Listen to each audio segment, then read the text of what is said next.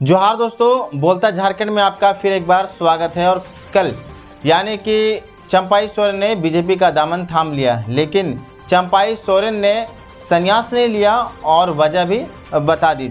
अपनी पार्टी नहीं बनाई और वजह बताने की जगह बीजेपी में जाने का फ़ायदा समझाने लगी। ये कदम फ़ायदेमंद है चंपाई सोरेन के लिए भी और बीजेपी के लिए भी, लेकिन हर फ़ायदे में कुछ नुकसान भी होते हैं और ये मामला भी वैसा ही है। कोल्हान टाइगर के नाम से मशहूर चंपाई सोरेन ने झारखंड मुक्ति मोर्चा यूँ तो छोड़ा ही नहीं होगा, वैसे ही बीजेपी के भी चंपाई सोरेन को साथ लेने की भी खास वजह है। चंपाई सोरेन का बीजेपी के साथ हो जाना ही फायदे का सौदा है। अगर चंपाई सोरेन की वजह से झारखंड में हेमंत सोरेन को बीजेपी थोड़ा भी डैमेज कर पाती है तो वो भी फ़ायदा है, और अगर चंपाई सोरेन की बदौलत संथाल परगना न सही कोल्हान क्षेत्र में भी बीजेपी हेमंत सोरेन की पार्टी झारखंड मुक्ति मोर्चा से बेहतर प्रदर्शन कर लेती है, फिर तो कहना ही क्या। लेकिन यही तो बात है जो झारखंड बीजेपी अध्यक्ष बाबूलाल मरांडी और सूबे के कद्दावर आदिवासी बीजेपी नेता अर्जुन मुंडा के लिए मुश्किल भी खड़ी कर सकती है। चंपाई सोरेन को बीजेपी से बदले में क्या मिला और क्या करना होगा।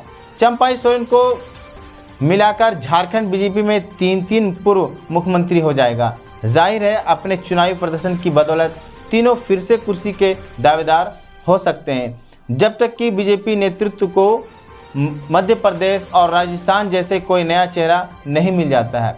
ये तो बीजेपी नेतृत्व ही तय करेगा कि चंपाई सोरेन के बारे में एकनाथ शिंदे वाली राजनीति अपनाना है या फिर बाबूलाल मरांडी के साथ भी शिवराज सिंह चौहान जैसा व्यवहार करना होगा।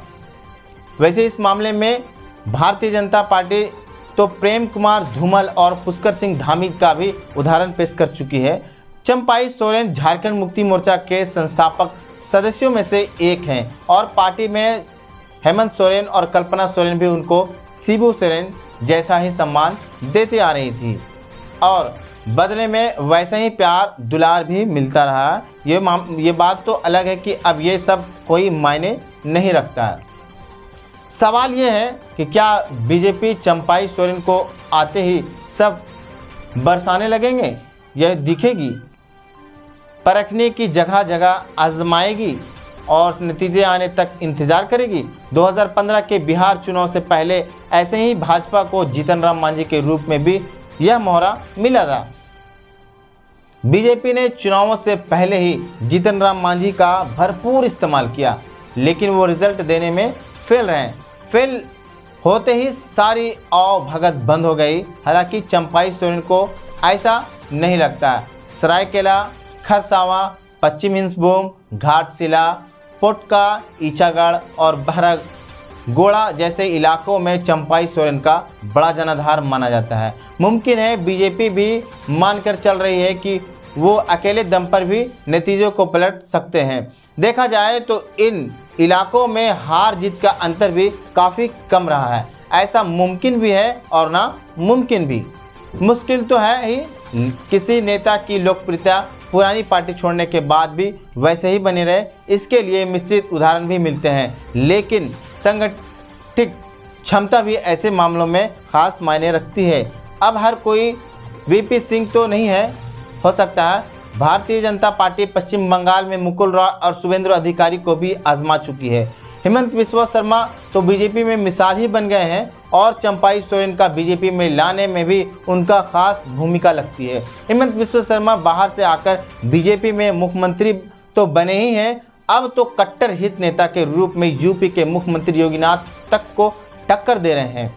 बीजेपी को मिले ऐसे गद्दावरों में से एकनाथ शिंदे, अजित पवार, पहले ज्योतिरादित्य सिंधिया जैसे भी नेता शामिल है। मरांडी और मुंडा सारे आम मन की बात तो करेंगे नहीं।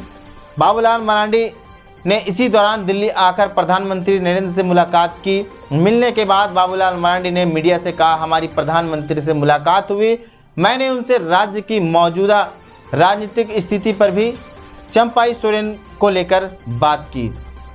इससे पार्टी को फ़ायदा होगा। पहले प्रदेश स्तर पर बात हो गई थी, फिर यह बात हुई चंपाई सोरेन को पार्टी में आने से पहले हम सबकी बातचीत हो गई थी। चंपाई सोरेन ने झारखंड मुक्ति मोर्चा के नेता और झारखंड सरकार में मंत्री रहते ही दिल्ली का दौरा किया था, लेकिन लौटकर वो अपनी पार्टी बनाने की बात कर रहे थे। बीजेपी में जाने के बाद उसके बाद की।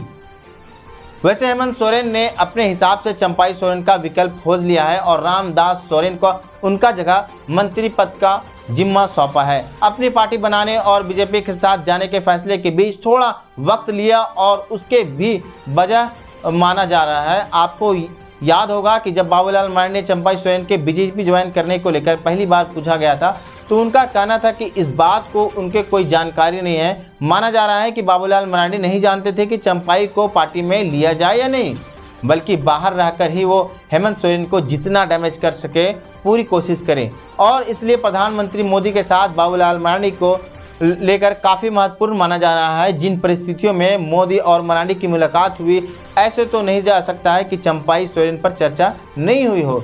निश्चित रूप से मोदी ने मरांडी से मन की बात जानने की कोशिश की होगी और अपने बात बताई होगी। चंपाई सोरेन की बीजेपी को ज़रूरत हो तो है, लेकिन वो बाबूलाल मरांडी को नाराज नहीं कर सकते। झारखंड चुनाव में बाबूलाल मरांडी को नज़रअंदाज करने का मतलब तो यही हुआ कि लोकसभा चुनाव में यूपी जैसे नतीजों के लिए मन बना लेना। बाबूलाल मरांडी जैसे ही भाजपा अर्जुन मुंडा भी होगी, बीजेपी भी ये बात जान रही है और चंपाई सोरेन को बीजेपी में लेने का सबसे बड़ा रिस्क फैक्टर भी है। बीजेपी ने पूरे मामले को अच्छी से हैंडल नहीं किया तो लेने के देने भी पड़ सकते हैं। यह वीडियो आपको कैसा लगा कमेंट्स में ज़रूर बताएं। धन्यवाद।